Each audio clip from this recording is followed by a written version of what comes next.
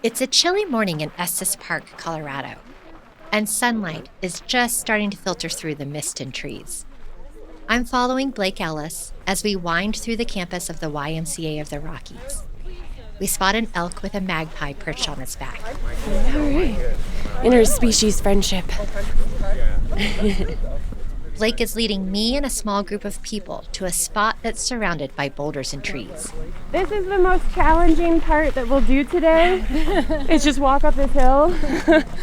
We're all part of a conference called After the Flames, where scientists, land managers, and community leaders are learning how people and wildfire can coexist. About a dozen of us decided to get up early to experience a unique practice known as forest bathing. And Blake is a certified forest therapy guide. She got into this work after the 2018 Camp Fire ravaged her Northern California community, claiming 85 lives and displacing more than 50,000 people. She witnessed the long-tail impact that wildfire can have on a community. You know, how can we help people recover from the stress and trauma they've undergone? But how can we also help them rebuild that connection to the land when the landscape has been so dramatically transformed and can so often be that constant reminder of their trauma and of their grief? Just need a flat area for us to make a big circle. And this looks pretty dang good. We all settle onto the ground. Some have brought blankets. So, forest therapy is inspired by the Japanese practice of Shin-ren-yoku, and that translates literally to forest bathing. Forest bathing got its start in Japan in the 1980s. Spending time in nature is really, really good for us. But it's good for us in a multitude of ways. When we spend time in outdoor environments, especially in forested ones, this activates what is known as our parasympathetic nervous system. That's the part of our nervous system that can be thought of as our rest and digest system. So it helps us recover from stress, heal, and even digest our food.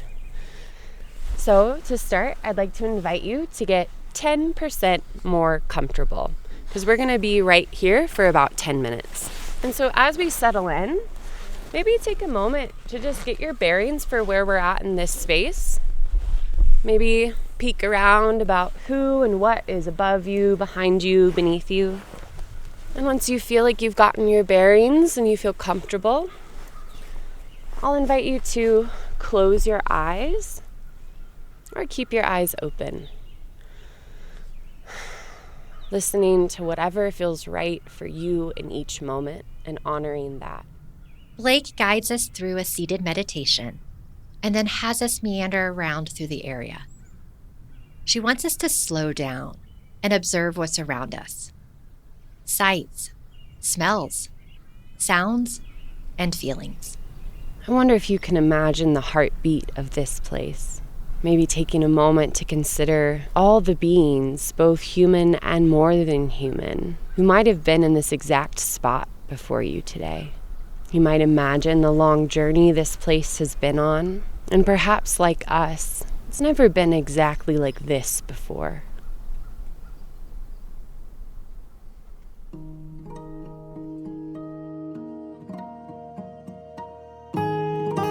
Something that has stuck with me throughout this season is that we're not separate from these ecosystems.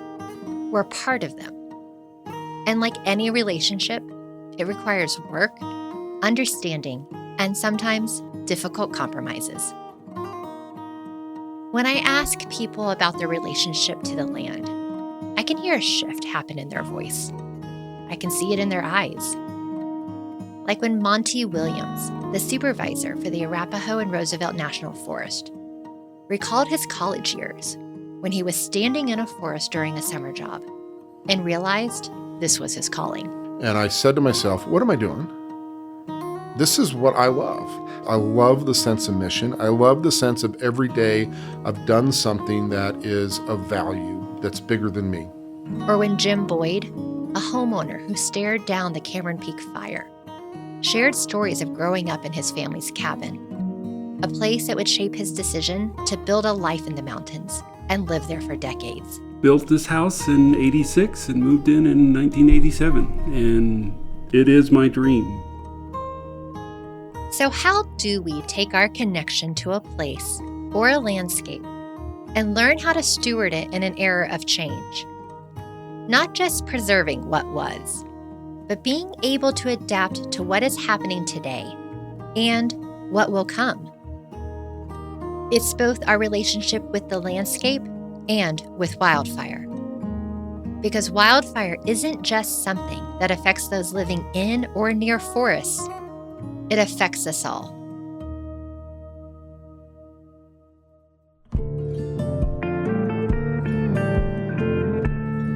I'm Kristen Eulenbrock, and from the Institute for Science and Policy, welcome to our closing episode of United by Fire, a podcast series exploring hard truths about our landscapes and ourselves. Fire is deeply woven with the human story. Fire provided warmth and protection from predators. It transformed our diets. It brought people together, helping build communities and cultures. It became a tool to help us grow crops. It fueled our engines and industries. But fire is even more fundamental than that. It's something that's unique to Earth. Here is a clip from historian Stephen Pine, giving a lecture at Brown University in 2017. Fire has long been recognized as fundamental to the Earth. It's part of the ancient four elements, but among those four, fire is the odd one out. Earth, air, and water are all substances, but fire is a reaction. It takes its character from its context. It synthesizes its surroundings, so that makes it a shapeshifter. Fire adapts and responds to the conditions it finds itself in. This makes me think about how we, a modern human society, have created an environment conducive to large and destructive fires.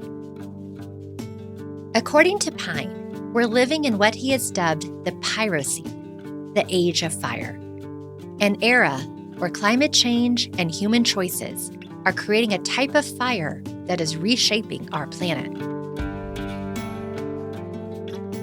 Pine is someone that I have heard quoted and credited across so many interviews.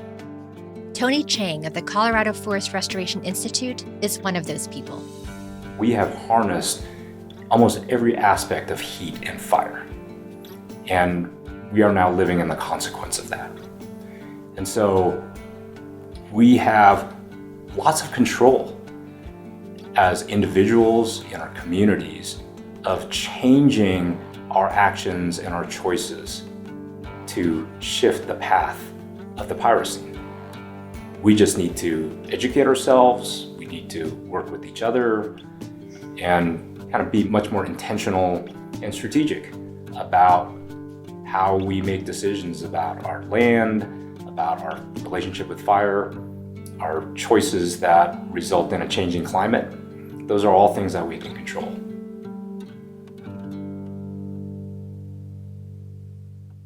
Pine, Tony, and others suggest that to evolve our relationship with fire, we must reckon with the past. Kimmy Barrett, a wildfire researcher from Headwaters Economics, has also worked with Stephen Pine and reminds us about other moments in history when we adapted to fire. So Stephen always makes a note, we've actually solved this through a structural fire problem looking out at urban landscape. When you look at Western settlement, we're building entire cities and completely irrelevant to or without thought of consideration to fire. Chicago, San Francisco, all of these cities burned routinely. They would be rebuilt and then burn again. In 1906, an earthquake in San Francisco rattled the city and set it on fire. For 3 days, flames tore through neighborhoods, destroying about 4 square miles and leaving almost 250,000 people homeless. In the aftermath, San Francisco had to completely rethink how it prepared for disasters. We really started thinking very deliberately about how the city and the urban landscape was being built with fire in mind. And we got rid of our sawdust that we were using for insulation. We got rid of the wooden boardwalks. We got rid of the wooden roofs. And we put in fire hydrants and evacuation systems and used concrete materials and non-combustible materials. And we don't have that level of structural fires anymore because of how we thought about this problem early on. And we put the proper mechanisms in place to reduce that risk. Even though this was a different era, a different set of circumstances, these are critical lessons that we could learn from. We can do this again if we just start thinking more proactively about what we see as living with increasing fire. What does that truly mean to us as a society? We can adapt. Moreover, we can thrive with it, and we can have healthy ecosystems alongside very resilient, viable communities. We just need to start making those deliberate changes now before it does become too late. While we can learn from our past, what must we rethink to manage our landscapes for the future? One person who has thought deeply about that question over his career is Forest Supervisor Monty Williams. And he offers that with change should come grace. We know what we know. I have done the best that I could with the science and the knowledge and the people that I had in terms of making decisions about what to do. But I have no doubt 10 years from now, somebody's going to come back and say, man, you really missed it here. And so one of the things that when I get into kind of the historical thinking about this is I do want to make the argument that a lot of times we look back with this kind of waggling finger and saying, why didn't you know better? You know, if you guys were any good or gals were any good, you folks would have done something different. But you only know what you know. There's an old saying, an ounce of prevention is worth a pound of cure. But with wildfire, it's not that straightforward. Every dollar we spend comes with trade-offs and no guarantees. We can't predict when or where fires will start. We can't predict how big they'll get or who they'll impact. What we do know is we're facing a future with more people choosing to live in high-risk areas, increasingly severe droughts that make it harder for landscapes to recover, and land management practices that are still catching up to what science tells us about working with nature rather than against it. So it means we have to do things differently.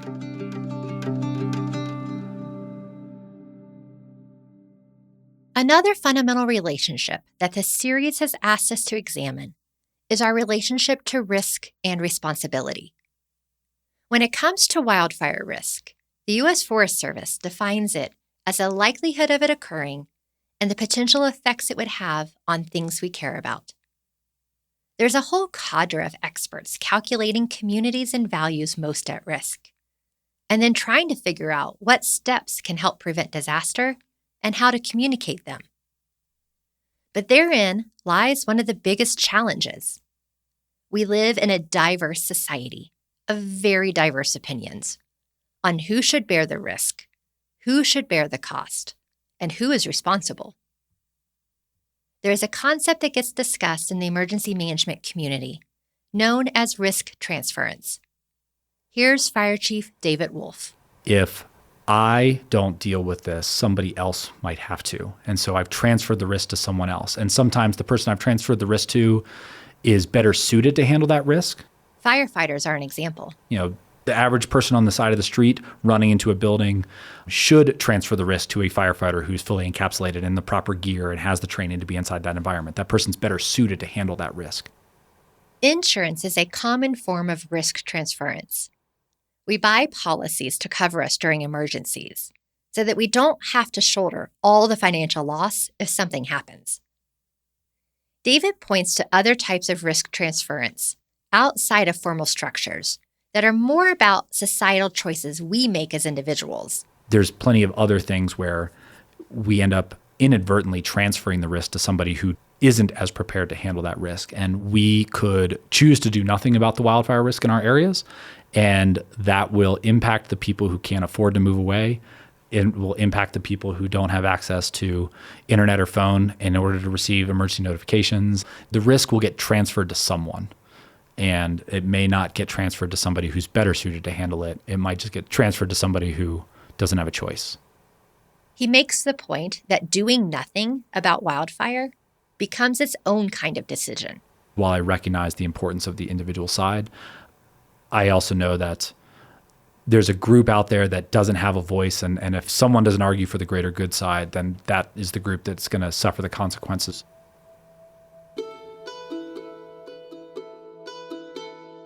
These challenges cut straight to the heart of how we function as a society.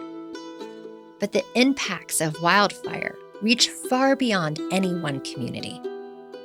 Smoke drifts across state lines. Damaged forests can't filter the water that flows to our cities and farms. Rising costs of firefighting and forest management often get passed on to taxpayers. In a very real way, we all have skin in the game. In these wildfire discussions, I hear a tension between personal and collective responsibility. While systems and policies matter greatly, change also must happen through countless individual decisions. Things like whether to cut trees, where to live, or how to build. All the way to the choices we make that contribute to a warming climate.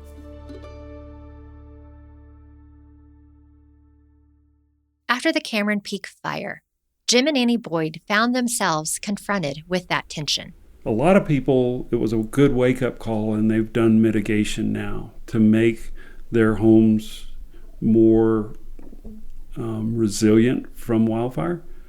But a majority of the people in this very same subdivision have not. There's a lot of people that still have trees growing right up by their houses, by their decks, and they haven't heeded that knowledge and that warning that it could happen again. Just because we had this wildfire here doesn't mean we'll never have another one. It's a blessing to live in the mountains, but it comes with responsibility. And it comes with some trade-offs that you have to take seriously.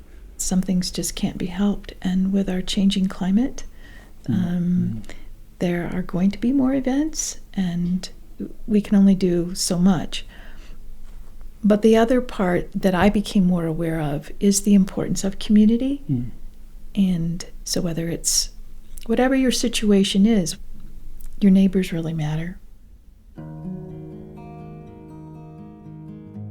Loving a place and knowing how to care for it are different things.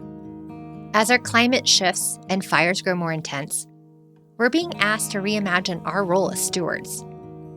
Sometimes that means letting go of how things were, or making difficult choices about what to protect.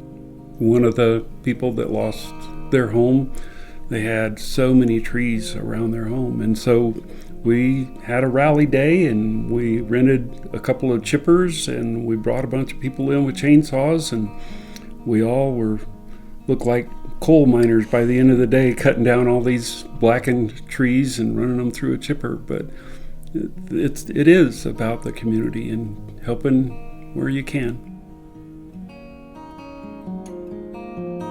Agency can be about empowering people with the knowledge and resources to make informed decisions about their role in the land. Yet we know people still struggle to imagine a devastating wildfire happening to them, making it hard to justify investing in preparation for a threat that feels distant or abstract.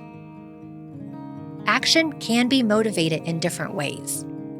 Sometimes, wanting to be a good neighbor will shift people's behavior, whereas others are motivated to protect what they love.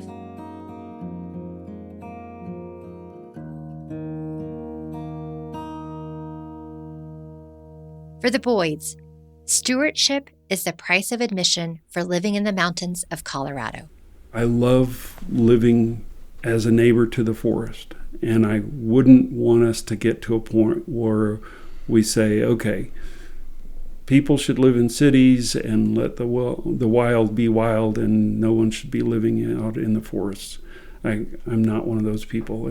It's very meaningful to me to live and have the peace and quiet and the interaction with the wildlife. And but we have to do our part so that we have a better chance of surviving. Because fire doesn't stop at property lines or jurisdictional boundaries, we're forced to confront difficult questions about who's responsible for protecting whom and what we owe each other as members of fire-prone communities.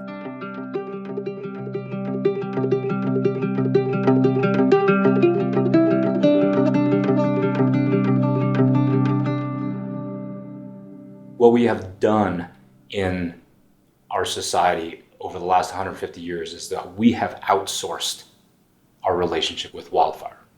Here's Tony Chang. We have named agencies and organizations to be basically the masters of fire. Whether putting out fire or controlling it, we've put much of the responsibility to manage wildfire on federal and state agencies, sometimes rightfully so.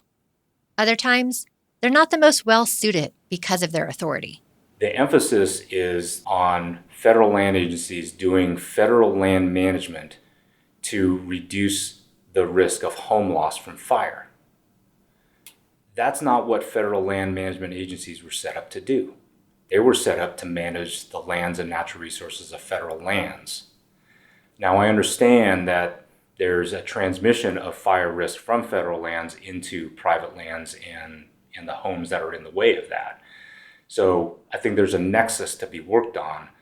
But I think it's just sort of unrealistic for us to expect our federal land agencies to protect private property and homes from burning down. There's just a mismatch in terms of their authority, their jurisdiction, and just their scope of control and what they're able to do. We have a system that isn't designed for the times that we live in today, coupled with conflicting perceptions of responsibility. While we have lots of good components, the thing I heard over and over is that we need a more comprehensive strategy paired with the right policies and right incentives and more people at the table. Is there a more community-based model that we can, from the ground up, reestablish a relationship with fire?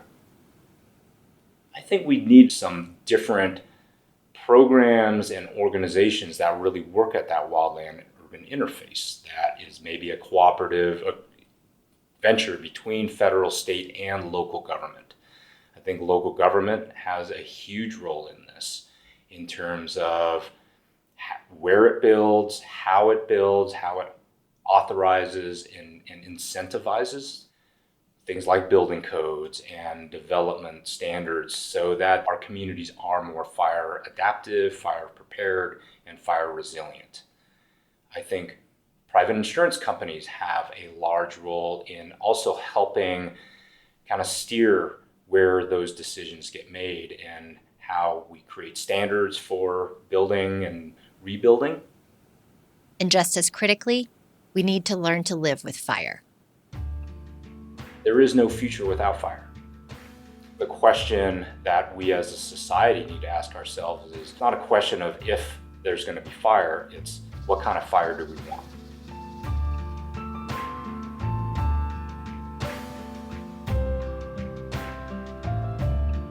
An end state dream of mine is that a wildfire is treated like another weather event, an interesting weather event. You know, there's a little bit of a hubbub, there's some news about it, and then it kind of goes away. It'd be like a major snowstorm event in Colorado. Oh, there's a lot of snow, and then just kind of fades into the background again. It's like, we have snowstorms, we prepare for it. Oh, here comes another one. Here it is, now we're over it. That's what I would love fire to be, because that's what it's got to be. Again, there is no future without fire.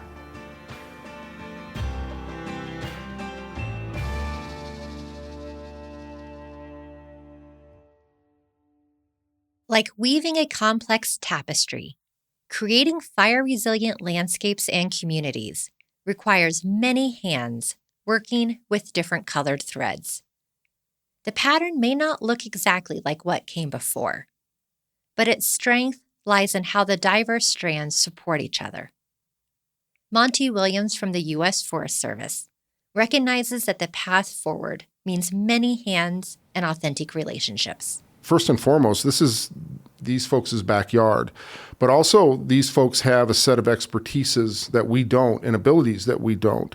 And so walking in and spending a lot of time working with the community and creating, or at least helping to create organizations that now are really driving the work that's being done and designing where it's going to be, helping do the implementation of it, working together across boundaries. And that's very different than what we were doing before. If you take a step back, you can start to see the threads connecting, a new pattern emerging. Monty points to the efforts he's seen come together across Colorado, both leading up to and since the devastating 2020 wildfire season. We have the ability to go out and get things done ahead of time and say, what if a fire comes through here? And how do we as a community, not just as the Forest Service, where do we want to hold this thing? Where is the first place we want to work? Those are the things that we can do. And that's the stuff that we are doing in northern Colorado that I think is so impressive.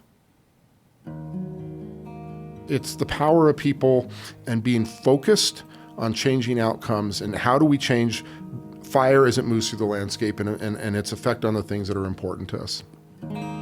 There's no rubber stamp of a solution for each place, but let's talk about where, what, how does it change the fire behavior, and then how do we go do this together? For Monty, the future is hopeful because he's witnessing the change happening on the ground. It might not be catching headlines, but it's there. I think the citizens of Colorado should actually be excited and have some hope, maybe for the first time in a while. I think what's happening in northern Colorado is beginning to make a difference, and it's working. And it's working not just from what a federal agency is doing, but with this whole group of partners working together to change the landscape for a better tomorrow.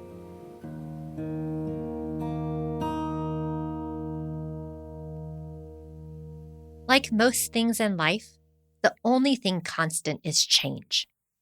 So if we want a better tomorrow, if we want to feel successful, it means accepting that we can't control everything, but instead finding the things within our control, like how we adapt and respond.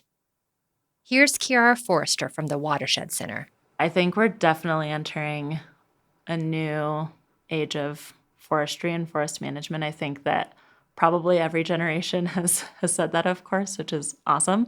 But I think that we're much more equipped to balance human and ecological objectives now. Kiara points to a school of thought that might help those struggling with the complexity and trade-offs of a decision. It's called a RAD framework. It stands for resist, accept, direct. There's a few different options that we can play with when we're thinking about how to manage our ecosystems under climate change. So one is that we resist the change, we paddle upstream, we try to keep it exactly how it is now. One is we accept that there will be changes and we try to do our best to mitigate the negative effects of those changes. So for example, we know that glaciers are melting, and so we do the best we can to prepare our communities to have higher sea levels. And then there's direct, which is directing the ecosystem toward a state that you think will be more successful under future climate change. It's really a question of learning from the past to manage toward the future.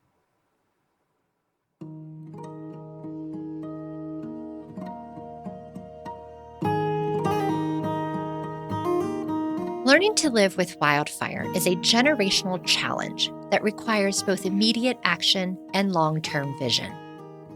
The forests of tomorrow are being shaped by the choices from our past and the ones we make today. To get a perspective on the scale of our challenge, I hiked up to the Devil's Head Lookout Tower. one of only 4 fire lookouts still active in Colorado today. I'm meeting with the person staffing the tower. My name is Ashley Farinacci-Silfies. I'm a fire lookout at Devil's Head on the Pike National Forest. I've been working at Devil's Head for 5 years.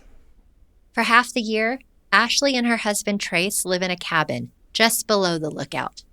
It makes her commute to work very short.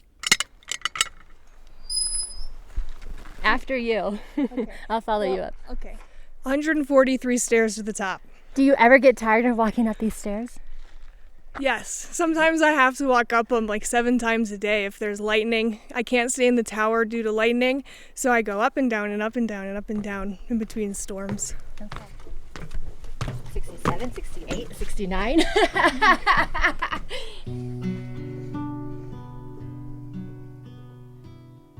We top out the red metal stairs that wind up through granite boulders to 360-degree views of rock formations, dense forests, and iconic mountains, like Pikes Peak to the south and Long's Peak to the north. And to the east, I can see the Front Range corridor. It's July, and the sky is a little hazy across the horizon because the Alexander Mountain fire is burning about 100 miles to the north. Situated at almost 10,000 feet, the Devil's Head Lookout has been in continuous operation since 1912. At one point, there were over 8,000 fire lookouts across the country. Now, it's down to the hundreds.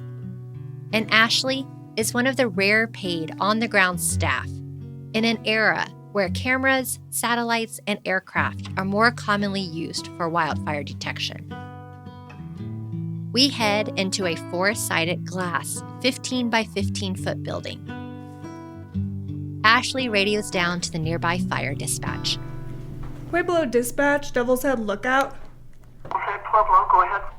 Show me in service. Good morning. Good copy. I've got you in service 929. She grabs her binoculars and starts looking across the landscape. I scan the horizon every 5 to 15 minutes, depending on fire danger. I scan it with my binoculars in a very patterned motion that goes up and down and around 360. If I see a smoke, I go right over to that Osborne firefinder and figure out the location of it. Stationed in the middle of the tower is a topographic map with sight lines that can help pinpoint where the smoke is coming from. And then I write that all down and I call it into our dispatch. The dispatchers then call in the nearest fire crews, and then the fire crews would come to the fire in their fire engines and then make a decision on what to do next. Sometimes we use helicopters or air tankers, but a lot of the times we could just use a hand crew. Leaning up against one of the windows is a whiteboard that lists recent wildfires and their causes. Lightning, human, human, human, lightning, lightning, lightning, human, human, lightning. Many of the wildfires Ashley tracks are caused by people. Campers not dousing out fire. Sparks from a dirt bike. A cigarette butt. 87% of all wildfires in the U.S. are caused by us.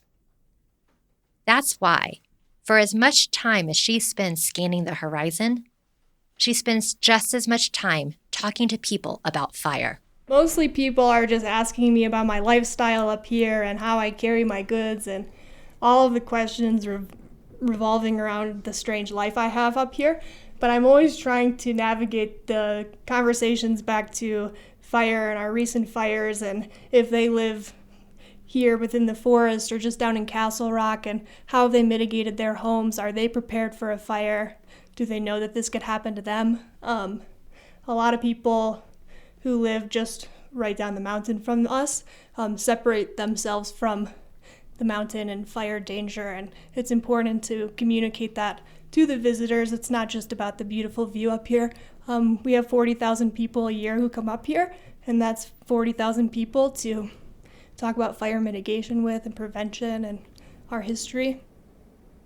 Standing here in this historic fire lookout tower, I can't help but see it as a symbol of our complex relationship with fire. These towers were built during an era when we thought we could control nature. Spot every smoke, stop every flame. But now, I see this tower serving a different purpose. Yes, Ashley still watches for fires. But just as valuable, she helps people understand their connection to this landscape and their role in shaping its future. The tower itself bridges our past and present. Like the transition we're making from trying to eliminate fire to learning to live with it. Just as Ashley looks out across the horizon, watching for smoke, we too must look ahead and face difficult questions. Which fires do we fight? Which do we let burn?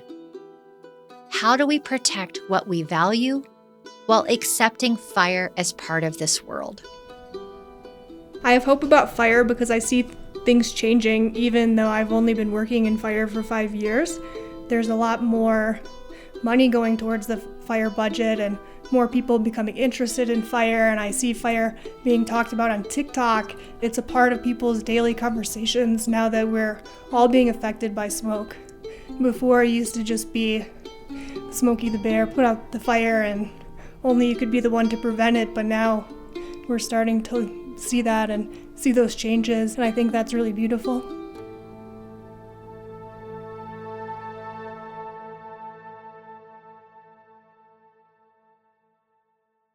Fire is woven into the fabric of who we are as humans. It has shaped our evolution, our communities, and our relationship with the natural world. While it's easy to feel powerless in the face of something so elemental, so daunting, I've learned through this journey that progress happens through countless small actions. The path forward isn't just about technical solutions or management plans. We need those.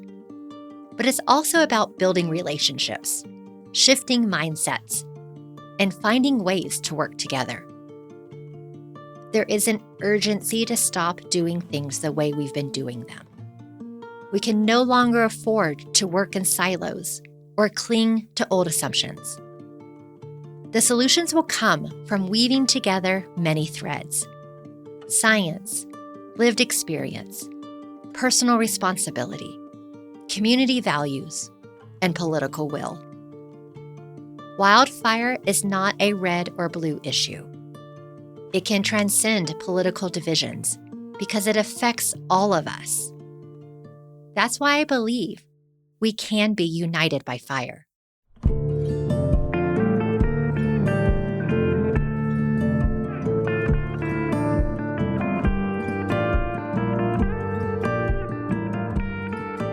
I hope you enjoyed listening to the full series, and I encourage you to stay tuned for more exciting extended and bonus content coming very soon. Also, we'd love to hear your thoughts on what resonated or what questions you still have. You can send us an email by visiting our website at institute.dmns.org. Laws of Notion is a production of the Institute for Science and Policy at the Denver Museum of Nature and Science. I'm your host, Kristen Eulenbrock. This episode was produced by me, Carson Frame, and Trisha Waddell, with support from Jordan Marks and fact-checking by Kate Long. Sound design by Seth Samuel. Original music by Ryan Flores, and additional tracks by Epidemic Sounds. For a full list of credits, check out the show notes. If you enjoyed listening, please rate and review this podcast and consider supporting the Institute. We spiral into dimensions